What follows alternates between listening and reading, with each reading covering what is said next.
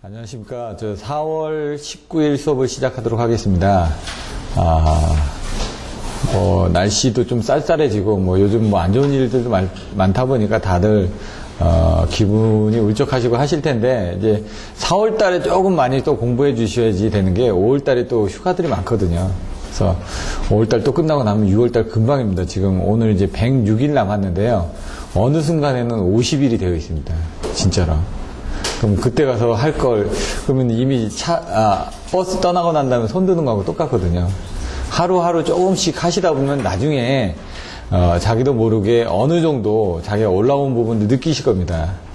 그래서 지금, 중간에 시험을 보시는 것들을 보면서 좀 느꼈던 부분인데, 어느 분들은 참 진도가 빨리 나갑니다. 생각보다. 그러니까 좀, 한 1년 정도 들으신 분들은 이제 조금, 어느 정도 박차가 나오기 시작해서 자기가 답안지를 쓰는 데 있어서 키워드도 만들고 아니면 여러 자료들을 보다 보니까 더 많은 발전들이 보이는데 그런 반면에 이제 처음 시작하시는 분들은 어떻게 써야 될지 30분이라는 시간 동안 그 시간을 어떻게 할애해야 될지 좀 난감해 하시는 부분들이 있더라고요. 그래서 그런 경우는 이제 가장 무식한 방법은 일단 답안지를 보고 베끼는 겁니다. 근데 답안지를 보고 베끼려면은, 여기 보시는 이 12문제 베끼려면요, 한 문제 베끼는데 보통 한 30분 걸리거든요? 30분 정도 걸립니다. 그러면 그러고 나면 시간이 진짜 아깝습니다. 30분 동안 내가 썼는데 뭘 썼는지 모릅니다. 근데 안 쓴 것보단 낫다는 얘기죠. 한번 쓰고 나면요, 눈에 보입니다. 자기가 쓰면서 옆에서 받아 적다 보면은 보이고, 근데 이제 쓴 거는 안 보이고, 한번 설명을 들어야지만 봅니다. 그래서 제가 전체를 다 보고 베끼는 거에 대해서는 반대입니다. 저도 전체를 다 보고 베껴봤는데 남는 게 없습니다. 나중에. 그래서 제가 이제 말씀드리는 건 요약 자료를 보여드렸지 않습니까? 그 요약 자료를 보고 여러분들이 그걸 다시 한번 요약을 해가지고 거기에 대한 키워드만 한번 써보시라는 얘기죠. 안 되면은 간단하게라도 1, 2, 3, 4 목차 정도만이라도 써놓으시고 그렇게 해놔야지만 이 장에서는 제가 이제 오늘 이제 절연협조부터 설명을 드릴 텐데 절연협조라는 문제가 나왔을 때 이걸 어떻게 쓸 것인가 그걸 한번 생각을 해보셔야지만 됩니다. 그 흐름을. 제가 답안지를 다른 것도 보여드리겠지만 절연협조의 순서가 비슷합니다. 그건 뭐냐면 여러분들이 나중에 답안지를 쓸 때도 다른 사람들이 답안지의 순서가 비슷하다는 건 여러분들의 답안지도 그 순서로 가야 된다는 얘기죠. 그러려면 그 순서를 여러분 머릿속에 넣으셔야지만 됩니다. 근데 내용을 넣기는 힘들거든요. 순서만 넣으라는 얘기입니다. 목차. 그래서 목차를 넣기에 가장 장점이 되는 게 키워드입니다. 키워드밖에 없습니다. 제가 보기에는. 저도 제가 키워드를 외운 거는 답이 나옵니다. 키워드를 안 외운 건 안 나옵니다. 죽었다 깨어나도. 왜냐면 알고는 있는데 어떻게 끄집어낼지 바로 안 나오니까. 근데 키워드를 외웠던 것들은 예를 들어 한번 볼까요? 절연협조를. 절연협조 정의 어떻게 되죠? 예. 지금은 이제 나오지 않습니까? 몇 번 듣다 보니까. 그런 식으로 들었던 건 나옵니다. 근데 765 설명하라고 하면 안 나옵니다, 이거. 좀 빈도가 적은 것들. 그래서 제가 말씀드리는 건 빈도가 적은 건 어쩔 수가 없습니다. 안 되는 거는. 근데 제가 항상 얘기하는 빈도가 많은 부분들에 대해서는 반드시 키워드를 가지고 뭔가 내보낼 수 있어야 된다는 얘기예요. 근데 책마다 그 정의를 좀 다르게 썼는데 그냥 제한전압을 기준으로 썼습니다. 근데 이 제한전압이 어떤 제한전압이 명확하게 하기 위해서 제가 항상 피레기의 제한전압으로 이렇게 얘기를 하거든요. 여기까지 나온다. 요 뒤에가 조금씩도 잘 안 나오기 시작합니다. 근데 이제 저는 이제 얘기를 했던 계통 내 각 기기가 정연된 절연 체계를 갖추도록 하는 거. 근데 조금씩 틀립니다. 합리적인 격차를 두어 이런 식으로 해가지고 내용들도 나오고요. 약간씩 내용들이 틀려지는데 컨셉은 똑같다는 얘기죠. 어차피 피레기의 제한전압을 두고 정의는 이렇게 됐다면 그 다음에 이제 합리적인 격차를 준다고 했죠. 그러면 이제 그 합리적인 부분에 대해서 나오는 겁니다. 그래서 합리화 방안이 어떻게 되냐? 합리적으로 격차를 준다. 정연된 절연 체계를 갖추다. 이런 내용들이 있으니까. 합리적인 방안이 뭐냐? 그래서 절연화 합리화 방향이 돼가지고 여기다가 섬락 전압이 되는 거. 여기 섬락 빈도네. 섬락 빈도고 이쪽이 섬락 전압이죠. 전압에 따라서 전압이 낮았을 때는 피레기가 커버하고 그 다음에 아킹온이 커버하고 그 다음에 애자가 커버하고 그 다음에 약간 떨어뜨려가지고 그 다음 기기 쪽이 되게끔. 이렇게 돼 있으면 이제 피레기가 먼저 어떤 전압이 들어오게 되면 피레기가 먼저 방전이 되기 때문에 얘는 충분히 그걸 견딜 수 있다는 얘기죠. 근데 이렇게만 해놓으니까 잘 안 보이니까 저희가 어떻게 하냐면은 이렇게 해서 860, 750, 650, 460 해놔고 여기 뭐라고요? 키워드 4개? 선비 TL로 제가 에어라고 말씀드렸죠. 이게 피레기의 제한전압입니다. 피레기의 제한전압을 기준으로 하여 계통 내 각 기기가 합리적인 격차를 두어 정연된 절연 체계를 갖추도록 하는 거. 근데 이게 154kV에서의 그런 부분이고, 여기서 나오는 게 이제 860, 그 다음에 750, 650, 460. 안 헤어진다고 하는데 자꾸 하다 보면 됩니다. 그 위에가 뭐죠? 1, 3, 6, 7, 1, 1, 7, 5, 그 다음에 10, 50, 그 다음에 690. 옛날에 725였는데 690으로 바뀌었다고 그랬죠. 그럼 그 위에 2610, 2250, 2050, 13, 요거보단 높으니까 80. 이렇게. 이게 안 에어지는 것 같은데 계속 하시다 보면 에어집니다. 얘는 1540, 얘는 345, 얘는 7655. 전압별로. 그래서 어떤 분은 이렇게 3개로 그려주신 분이 있고, 어떤 분은 이거를 2개로 해가지고 이렇게 그려주신 분도 있고, 어떤 게 뭐 꼭 좋다라고 얘기는 못 합니다. 다 적어주고 있기 때문에. 근데 이제 이거를 3개로 옆에다 그리긴 좀 힘들거든요. 그럼 2개보다는 3개가 낫겠죠. 그래서 3개로 이렇게 그려주신 분들도 있고, 근데 3개로 그려줬을 때는 또 이 옆에가 약간 또 허전합니다. 또 이런 부분들이. 2개로 그려주신 분들도 있고. 근데 일단 765도 알고 있다라는 부분을 표현해 주시는 게 좋고, 만약 이렇게 3개를 그렸다면 이 옆부분에 좀 남는 부분에 대해서 적절한 배치를 해서 그림을 하나 더 그려준다든가 그런 부분이 좀 필요하겠다고 생각이 됩니다. 저기 숫자가 약간 틀려서 상관없는 건가요? 어떤 부분이요? 프린터물은 틀려 있어갖고 잘못이었다 싶어서. 그 프린터 물이 잘못된 겁니다. 예. 예, 옛날 게 그 자료가 잘못되어 있는 겁니다. 예. 왜냐면 요 690하고 이런 부분이 이제 개정이 됐거든요. 여기 725였고, 그 프린터물이 오타가 좀 있습니다. 그래서 그 프린트물은 참조를 하시고요. 이 답안지를 보다 보면 답안지가 다 똑같거든요. 거의. 답안지를 보시면 됩니다. 왜 출판물로 나온 것들이 거의 똑같은 그 값을 가지고 있기 때문에. 자, 그러면 이렇게 그 합리화 방안을 했고, 그 다음 이게 이제 절연 강도거든요, 사실. 그럼 저기 보시면 이제 설명을 드리겠지만, 절연 계급이 나온다, 그 다음에, 계급. 계급이라는 게 뭐냐? 여러분들이 얘기하시면 뭐, 1병, 2병, 상병, 4병, 병장, 이렇게 얘기하잖아요. 사장님도 보면은 1장, 2장, 3장, 4장이라고 그러더라고요. 사장이 되려면 4년 정도 현장을 뛰어야지 사장 소리 듣는다고 얘기하시더라고요. 보통 2, 3년 정도 지나면은 그때부터는 좀 그 매출이 올라오지 않습니까? 물론 이제 1, 2년 안에 사장 소리도 듣기 전에 폐업하고 나가시는 분들도 있습니다. 그것처럼 여기도 이제 계급이라는 게 뭐냐? 그럼 저런 계급은 이제 호수로 나누는 겁니다. 그래서 나중에 보시면 피레기에서도 계급이 있었죠? 호수, 뭐 140호, 뭐 20호. 이게 뭐냐면은 154를 1.1로 나눴습니다. 이게 140호입니다. 호수를. 그래서 뭐 20호다, 30호다, 40호다 이렇게 나와 있고, 그 호수들이 이제 여기서 나와 있습니다. 저런 계급이라고. 근데 피레기 전격 전압들 보시면은 저번 주에 했는데 생각나시나요? 345, 154, 그 다음에 22.9, 66 있었나요? 갑자기 생각이 안 나요. 345가 얼마였죠? 이거보단 작죠? 왜? 피레기니까. 항상 전격 전압보다 낮은 전압에서 빼줘야 되니까 그거보다 작을 거 아닙니까? 345 얼마였죠? 2로 시작하는데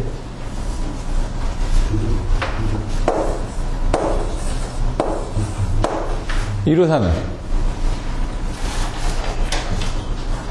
반 나누면 144겠죠? 22.9는 21kV 내지 18kV. 저번 주에 했었습니다. 66이 있었나요? 66이? 갑자기 생각이 안 나네. 이런 식으로 이것도 이제 표로 해가지고 딱 외워주시면, 그러면 여기 이격거리는 얼마였죠? 몇 미터? 8호, 6호, 4호, 20. 이런 식으로 표로 외워주셔야지만 되지, 이게 안 외워집니다. 같이. 나중에. 뭐 ET는 뭐죠?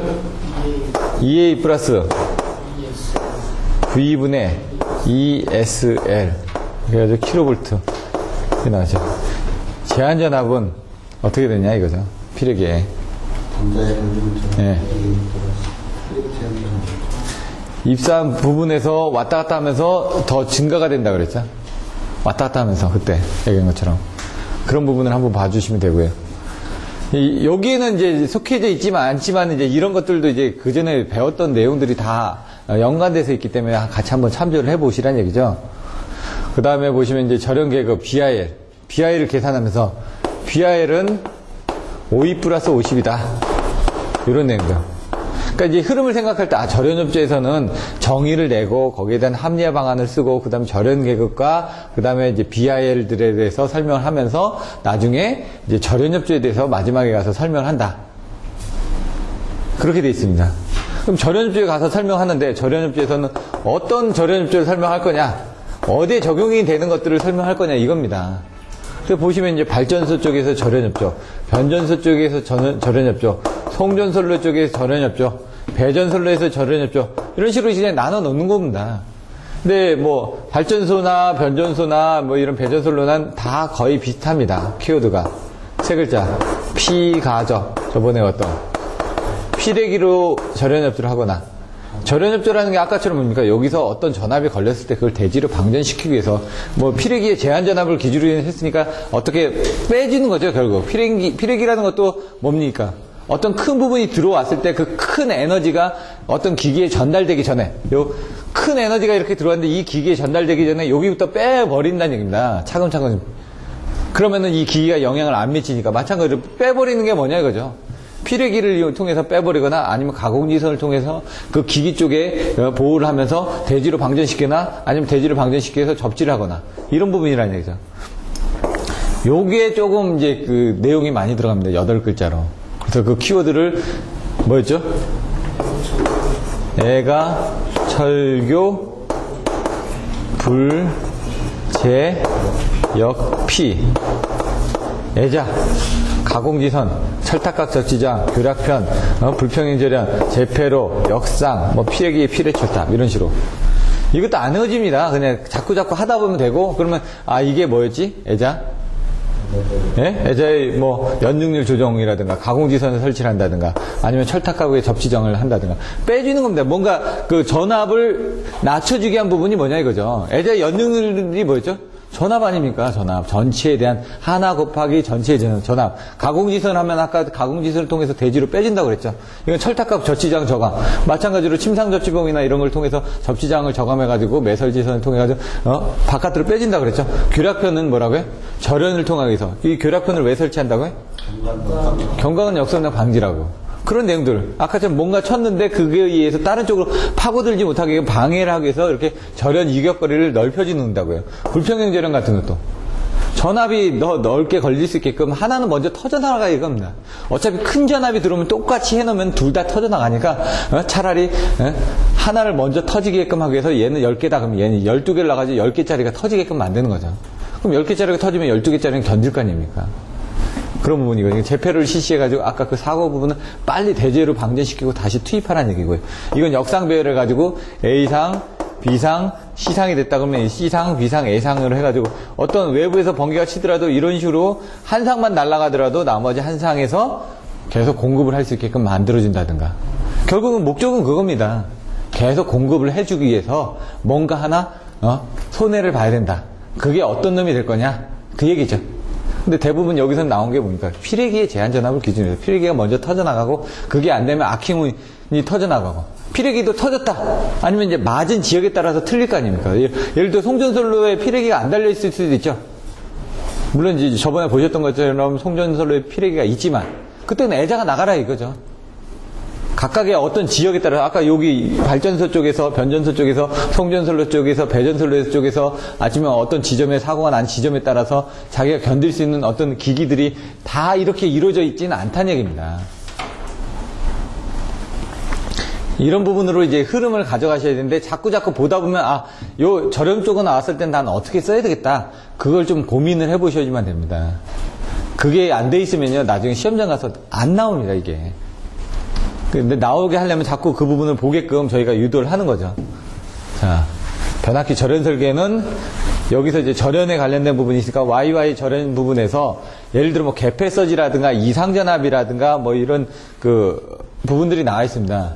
그건 이따가 저 내용들을 한번 보시면서 다시 해보겠습니다. 저도 이제 그 키워드가 잘 생각이 안 돼가지고 그냥 세 가지만 봤습니다. 여기서는 세 가지. 일반적인 내용들 말고 이 세 가지 부분에 대해서는 뒤에 가서 다시 또 설명을 하는데, 뇌가 있고요. 그 다음 개폐서지가 있고, 뭐 이상전압이 있습니다. 외부에서 번개가 치죠? 그리고 내부에서 개폐서지가 있죠? 왜냐면 절연설계라는 게 아까 좀 뭡니까? 뭔가 큰 이상전압이라는 얘기죠. 그럼 우리가 이상전압에서는 외부에서 발생하는 이상전압, 내부에서 발생하는 이상전압이 있지 않습니까?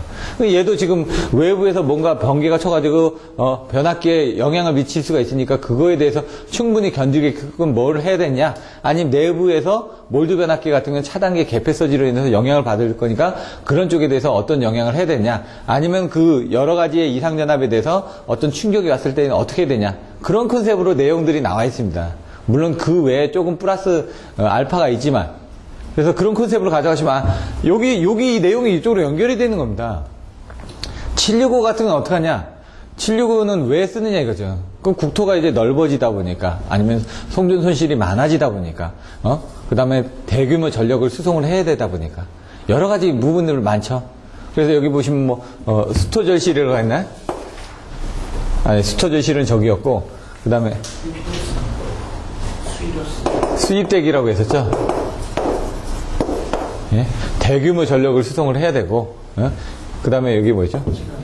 입진환 때문에 문제가 되고, 이거 수요가 급증하고 뭐 이런 부분을 해가지고 나중에 이제 수토절실하고 수입대기하고 이렇게 키워드를 만들어놨는데, 그런 키워드들을 한번 보셔야지만 됩니다. 여기는 키워드가 없고 저쪽에 키워드가 있거든요. 그 부분을 갖다가 여기서 이제 또 만들어서 같이 넣는 거죠. 왜냐면 여기는 키워드가 없습니다. 그 사람이 안 만들었으니까. 다른 사람이 만든 키워드들을 여러분의 키워드를 만들라는 얘기입니다, 지금. 근데 이 아이디어를 같이 내가지고, 그전에도 막 보시면 많이 보내드렸지 않습니까? 서로 간에. 이렇게 오니까 괜찮습니다 하면, 그분은 자기가 그걸 얘기하는 순간 그 자기께 됩니다. 그래서 그 카톡에도 올리고 하는 부분들이 시간이 많이 걸리고 그렇게 하다고 생각하실 수도 있는데, 한번 자기가 올려놓은 건 자기께 되기 때문에 그건 오래 갑니다. 그럼 다른 사람이 본 걸 보고 옆 사람도 자극을 받아서 자기도 한번 만들어 보자 해가지고 또 만들어 보고, 그럼 그런 것들이 오다 보면은 제가 만들어 드리는 것도 있고 여러분들이 만드는 것도 있습니다. 그럼 봐가지고 그 중에 좋은 키워드를 여러분들이 같이 선정을 해서 같이 가시면 된다는 얘기죠. 근데 저희는 보통 이제 기본적인 부분을 가지고 제가 만들어 드리고, 저는 이제 만들어 드리는 게 너무 많은 키워드들이 있다 보니까 반드시 외워야 되는 그 내용들은 키워드를 만들어 드리는데, 그렇지 않은 것들은 상황에 따라서 여러분들이 만드셔야 된다는 얘기죠. 빈도수가 많은 거 위주로 만들 수밖에 없으니까. 콘덴서 개폐 특징 같은 경우는 큰 문제는 없습니다.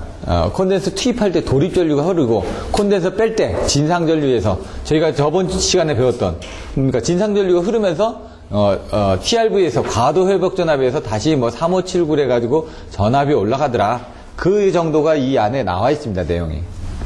단락전류 억제 대책. 얘는 오전에도 말씀드렸다시피 빈번하게 나옵니다. 근데 이제 빈도는 한 3년에 한 번 정도? 제가 봤을 때. 그래서 2, 3년에 한 번 정도라는 건 빈번한 겁니다. 왜냐면 어떤 건 10년에 한 번 나오고 어떤 건 5년에 한 번 나오니까. 그런 거에 비하면.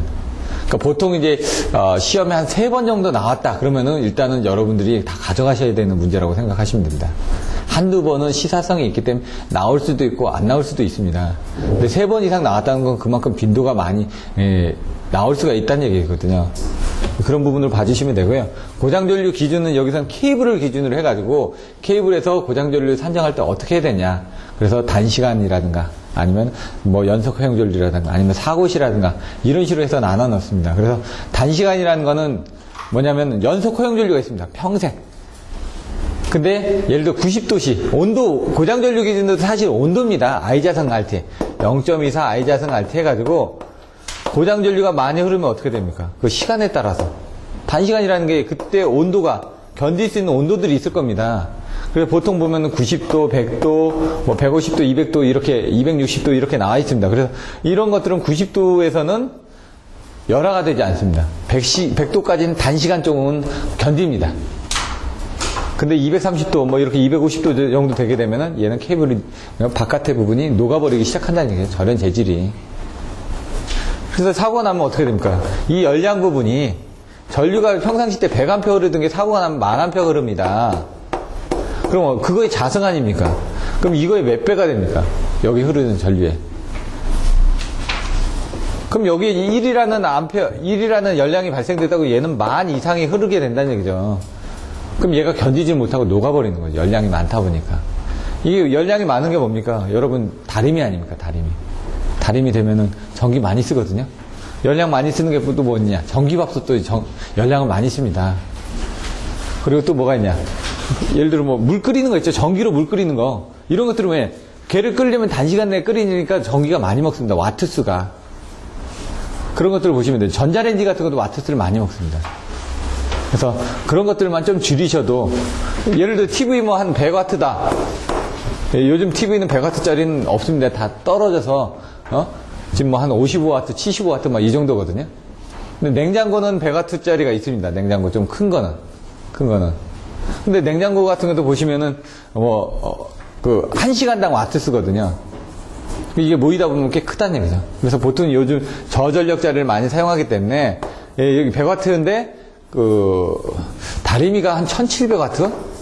1800W 이 정도 될 겁니다. 순간적으로 쓰는. 토스터기 같은 경우도 보시면은 그런 것들도 전기로 열을 올려야 되기 때문에 많이 올라가고요. 이게 이제 가정에서 볼 수 있는 열이 많이 올라갈 수 있는 부분이고, 실제적으로는 또 틀려지겠죠. 개개용 변성기가 나옵니다.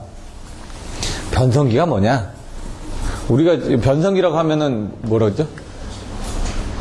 여러 가지로 생각을 하면 돼요. 전기 쪽 하시는 분한테 변성기라고 하면은, 성질을 변환하는 기기. 그 성질을 변하는 기기 딱 보는데, 우리 애들한테 변성기 뭐냐? 목소리가 변화하는 기기가 변성기입니다. 똑같죠? 여기 변할 때 변성기라고 하지 않습니까? 그에 따라서 받아들이는 입장에서 따라서 틀려지기 때문에 여러분들이 여러분만의 언어로서 외워주시면 됩니다. 성질을 변환하는 건데 계기에서는 뭘 쓰죠? 뭔가 계측을 한다는 얘기죠. 계측을 하려면 뭡니까? 물을 써도 어떻게 됩니까? 계량기가 돌죠? 계량기가 돌 때 보면 수압이라든가 거기에서 물 쓴 양을 보죠. 마찬가지 전압전류를 가지고 다 합니다. 우리 전기 쪽에서는. 전압을 받아들이기 위한 부분이 PT고 GPT가 될 거고, 전류를 받아들인 부분이 CT가 될 거고 ZCT가 될 겁니다. 그 부분에 대한 것들을 설명하라는 얘기입니다. 지금 계기용 변성기가 뭔지. 그럼 CT 2차 측이 개방됐을 때, CT가 있는데 CT 2차 측이 개방됐다. 이게 무슨 문제가 생길까요? 무슨 문제가 생기죠? 한마디로? 과전압으로 소선이 됩니다. 근데 과전압으로 소선되는 걸 뭔가 증명을 해줘야 되거든요. 어떻게 증명하냐? 회로이론적으로 증명을 해야 되는데, 여기에 뭐 전류가 그러면 전류에서 자석이 발생돼가지고, 여기 이제, 전압이 유기가 돼가지고, 전류가 이렇게 흘러지는데, 여기가 안 되니까, 어떤 문제가 있냐 이거죠. 여기 등가회로 그러면 여기 1차 측이 있고, 여기 뭐 이게 있고, 여기 내부장이 있고, 여기 2차 측이 돼 있고, 내부장이 있다. 그럼 2차 측은 연결이 돼 있는데, 여기 케이블이 있을 텐데, 여기 부분은 뭐 2개가 있죠. 여자가 있다. 그래서 실질적으로 1차 측이 가압이 되면 이쪽으로도 흐르지만 이쪽으로 이렇게 흐른다 이거죠. 근데 여기 부분이 이쪽에 해당되는데, 계전기 쪽에 되는데 여기를 빼버리면은 얘가 전류가 안 흐르니까 어떻게 됩니까? 전류가 여기로 흐르던 전류가 이쪽으로 다 흘러버린다는 얘기죠. 다 흘러버리면서 얘 부분에 대해서 자화가 되다 보니까 전압이 많이 걸려가지고 소선이 되더라 이거죠. 그러니까 사실은 뭐냐면 V1, V2분의 I1, I2 해가지고 돼 있는데 한쪽이 안 흐르니까 이게 무한대가 되는 겁니다. 한쪽이 예를 들어 여기서는 I2분의 I1이 되겠죠. 전압하고 전류 부분이 반대가 되니까. 그럼 이쪽에 전류가 안 흘렀다는 얘기죠. 0이. 그럼 1차 측은 무한대가 돼버리죠. 여기에 대한 크기 부분이 되려면. 그래서 얘도 그 무한대 부분만큼 쫓아가려다 보면 얘가 올라가겠죠, 전압이. 전압에 올라가니까 이 2차 전압은 어떻게 됩니까? 여기 걸리는 거 아닙니까? 여기는 걸리는 전압 때문에 이게 소선이 돼버린다, CT가. 그런 개념으로 가져가셔도 됩니다, 간단하게. 근데 여기 그림을 이제 그려놨는데 그림이 조금 헷갈립니다, 저도. 근데 컨셉으로만 잡고 그 그림을 그냥 그 정도까지만 이해를 하고요. 뭐 그 이상은 나중에 자료들을 보시면 된다는 얘기죠. 여기는 모든 자료를 저희도 다 이해를 못합니다.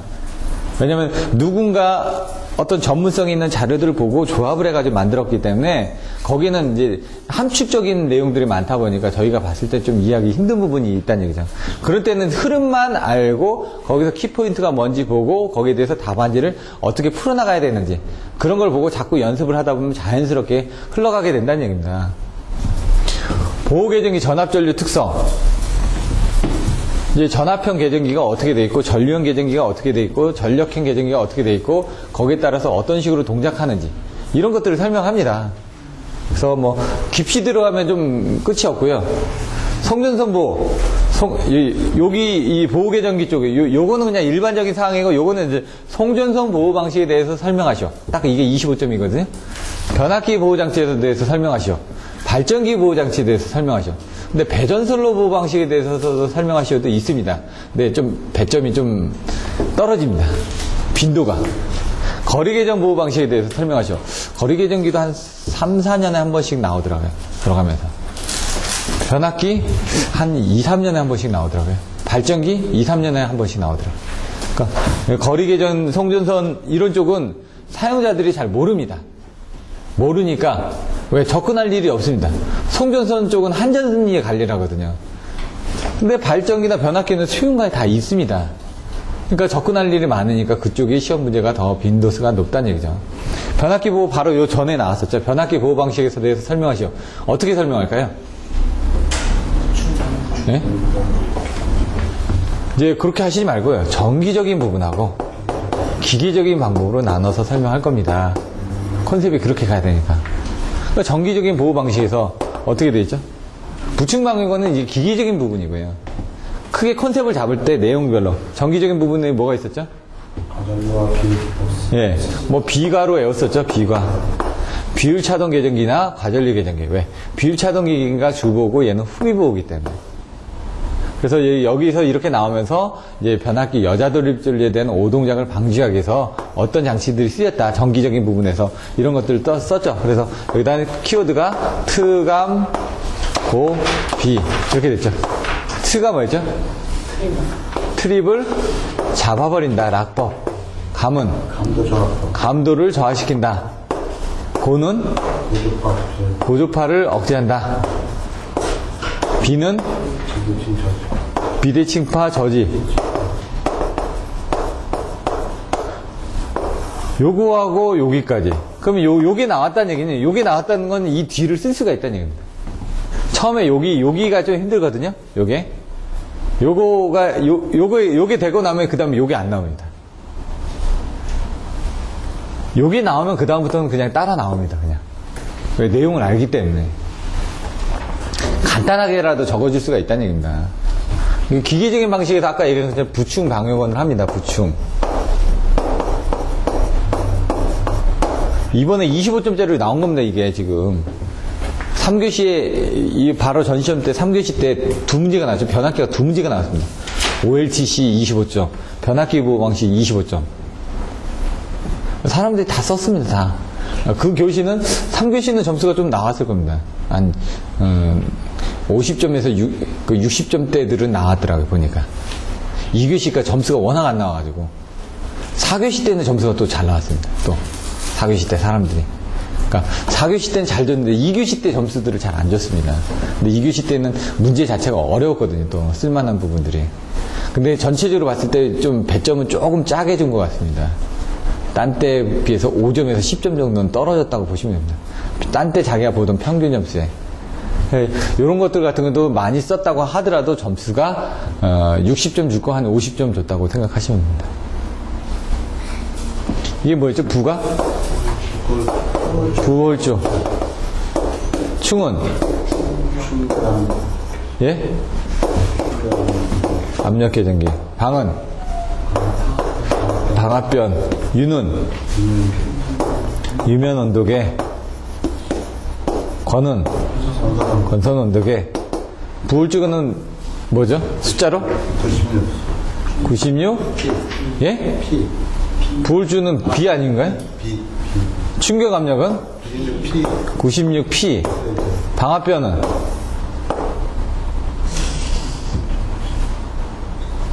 90도 나왔으면 96도 나오면 되죠. 뭐죠? 여기서 지금 하나씩 빠졌죠?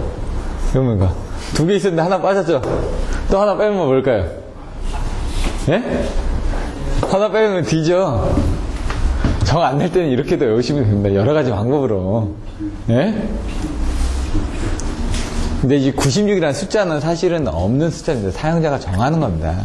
한전에서 그렇게 하고 있다는 거고요. 95 이상은 숫자가 딱 정해져 있지 않습니다. 커스터마이징을 하는 겁니다, 지금. 보울즈니까 B고, 충격이니까 프레셔니까 D고, 방압이니까 D고, 예? 그럼, 유면 온도계, 건선 온도계는 어떻게 되죠, 숫자가? 예? 26입니다. 그대로 내려면 되죠. 여기 두 개 있으니까, 6자 쭉 내려고, 26. 유면 온도계는, 뒤에가 뭐가 붙죠? 5일이니까, U니까, 5. 건선 온도계는 와인딩이니까 건선이니까 W. 어려운 게 아닙니다. 하다 보면 다 되거든요. 근데 이런 것들도 그냥 이렇게 이제 처음에 부충 방역원부터 시작해서 부울주 해가지고 여기 써주고 그다음 부울주가 뭡니까? 이제 또 이제 그림 그려주고 충격압력이 뭡니까? 그림 그려주고 방압변이 뭡니까? 그림 그려주고. 근데 그거를 한 뭉치에 그림을 그려주다 보면 이게 25점짜리가 나왔다고요 지금 25점짜리. 어려운 게 아닙니다. 그러니까 여기서 이런 게 나왔을 때 어떻게 써야 되겠다. 발전기는 조금 어렵습니다. 발전기는 이해도 잘 안 되고 변압기는 워낙 많이 쓰시니까 옆에다 적어보겠습니다. 발전기 뭐 키워드. 그 다음에 송전선하고 지금 거리계산 쪽 하고 다시 들어갈 텐데요. 발전기는 8글자만 아시면 됩니다. 네. 뭐라고요? 전개, 단, 역발, 속주, 앞비. 어떤 건 8글자고 어떤 건 10글자입니다. 근데 10글자 정도 알아주셔야지만 됩니다. 여기서 이제 이거 뭔지 모르겠습니다. 그냥 맨날 외우라니까 이제 발전기 보고 25점짜리 나왔을 때 이거 써야 된다는 얘기죠, 이거를. 근데 이제 이 앞에가 있는데 실제로 발전기 보호 부분 이것만 쓰더라도 벌써 2페이지는 들어가거든요. 그러니까 앞에 쓸 거는 여러분들이 발전기에 대한 그림 그리고 뭐 간단하게 발전기 부분에 여기 있는 숫자들 넣어가지고 그냥 단선도 하나 그려주시면 된다는 얘기입니다. 전체 개념에서. 그리고 나서 그러니까 여기다 뭐 발전기 그려놓고 발전기 그림에 뭐 변압기 그려놓고 이걸 뭐 어떤 수치가 들어가고 어떤 수치가 들어가고 여기 뭐가 들어가고 이런 식으로 이제 그 그림을 그려서 숫자를 넣어주고 여기에 들어가는 그 기능들이 뭐다라는 걸 밑에서 이제 풀어서 설명을 해주는데 이렇게 10개 쓰다 보면요 벌써 2페이지가 채워집니다. 그러면 이제 발전기는 이제 이걸 하기 전에 요거를 쓰기 전에 먼저 발전기 구조를 아셔야 된다고 그랬습니다. 저번에도 설명드렸던 것처럼 터빈이 있습니다. 보일러가 이렇게 보일러도 그릴 때 이렇게 그리시라고 그랬죠. 보일러가 스팀이 나와서 터빈을 돌려주면 터빈에 연결된 발전기가 돕니다. 발전기가 돌면서 전기를 발생하는데 이 발전기를 끄집어내다 보니까 여기 회전자가 있겠죠. 그 다음에 여기 바깥에 고정자가 있겠죠. 이렇게 돼 있는 고정자 부분이 큰 고정자고 여기는 공구기입니다. 여기에 건선이 이렇게 감겨져 있을 거고 여기에 건선이 이렇게 감겨져 있을 거란 얘기죠. 근데 요 계좌를 회전자로 하는데 요 계좌 부분을 회전자로 쓰는 이유가 DC를 쓰면 되니까 두 가닥만 쓰면 되니까 작게 만들 수 있으니까. 그렇지 않고 세 가닥으로 쓰게 되면은 커져야 되겠죠. 여러분들 전동기는 이게 계좌 부분이 바깥에 있습니다. 어떻게 되죠? 전동기 여러분 여기 이렇게 가지고 자석이 이렇게 돼 있습니다. 연구 자석이. 요게 계좌 부분이고요. 얘는 극이 플러스 마이너스 두 극 있고, 그 다음에 여기 이제 감겨져 있는 거 보면 이렇게 2개, 3개 해가지고 이렇게 모터가 이렇게 감겨져 있습니다. 조그만 모터들 보면은. 그래서 여기서 계좌를 만들어주면 여기서 이제 도는 거죠. 이렇게 전동기는. 전기를 반대로. 원리니까. 얘는 발전기니까 이제 또 틀려지는데, 자 보시면은 여기에 있는 부분이 뭐가 달려있다고요? 여기저기 엑사이터. 나중에 이런 것들 영어로 해주셔야 된다는 얘기죠. 엑사이터에 대해서 설명하셔. 엑사이터 전단에 뭐가 달렸죠? AVR. 자동전압 조정기. 그리고 여기 레퍼런스 전압이 있고 여기에 뭐 PSS가 있고 이런 식으로 같이 왜 이 그림을 이해해 놓으셔야지 나중에 PSS 때 이 그림을 또 써먹으니까 여기 단자전압에서 나오는 부분에 PT를 가지고 연결을 하고 있고요. 그러면 이제 FBI라고 했죠. FBI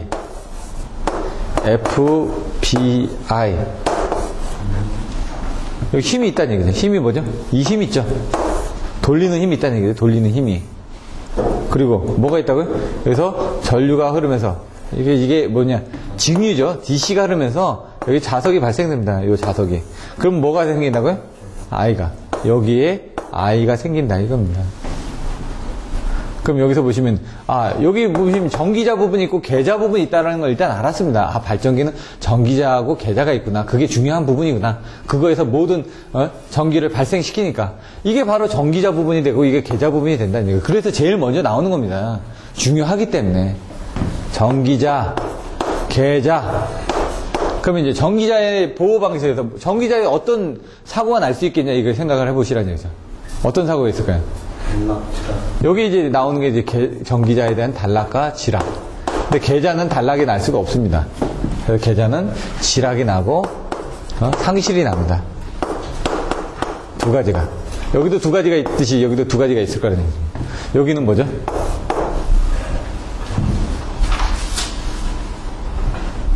과정 여기 여자라면서 계자가 나왔으면 여자가 나와야 된다고요. 가해자. 전기자, 계자 나왔으면 계자 나오면 여자 나오라고 여자. 이렇게. 여자가 바로 여기입니다. 아까처럼 이 지락 부분, 단락이라는 부분은 없고요. 여기는 많이 흐르는 과해자가 있었죠. 부정여자가 있을 거고. 그럼 여기 여자 부분을 하지 않아도 외부에서 송전선에서 이쪽으로 뭔가 들어와서 얘가 어떤 현상을 일으킨다? 발전기 자기 여자 현상을 일으킨다. 예, 여자 부분, 자기가 스스로 여자 되는 부분이 생긴다. 그래서 과해자. 저기 작 보시면 여기 전기자가 있었죠? 계자가 있었죠? 계자의 지락 부분이 있고 상실이 있는데 상실이 아니라 더 많이 흐르는 과해자 부분도 있다, 이거죠. 그럼 얘는 단락 후비보. 여기는 과부하보라 그러면 얘는 단락보라고요. 과부하. 그러니까 얘는 과부하인데 여자에 대한 과부하. 이거는 단락. 이런 식으로 보셔도 되고. 그럼 여기는 뭘까요? 역상 가변. 예, 역상. 얘는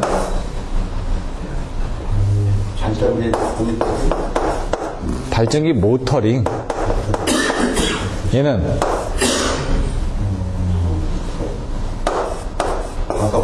과속도가 되겠죠. 얘는 주파수가 되겠죠. 12, 14. 얘는 이건 전압이 되겠죠. 여기까지는 다 전류 쪽이 강하고요. 여기까지는. 여기는 이제 전압이 되는 거고, 여기는 이제 배아랭 쪽이 되는 거고. 그런 식으로. 그러니까 처음에 이제 전개 가던 역발속지만 맨날 애우라는 얘기죠. 10개. 하다 보면 여기서 살을 붙이고, 전기자에 대한 단락 지락, 계자에 대한 지락 상실, 과해자, 단락 후비보. 이게 쭉쭉 나오고 나면 그다음부터는 이 내용들을 더 써주실 수가 있다는 얘기죠. 물론 여기 가면 뭐 브릿지법이니 뭔지 내용들이 좀 나옵니다. 요게 돼야지 그 다음에 이제 들어갈 거 아닙니까? 차근차근. 요게 되고 나면 그 다음 여기도 애워야 될 거. 또 넣는 겁니다. 애워야 될 거. 자꾸. 근데 요게 나와서 넣으면 이제 10점짜리입니다. 이게. 10점짜리 배점. 여기 이제 살을 더 붙이면 그게 이제 25점짜리로 배점으로 가는 거고요. 요런 컨셉으로 가시면 됩니다. 이제 발전기까지 했고요. 그 다음에 이제 송전선하고 거리, 개전.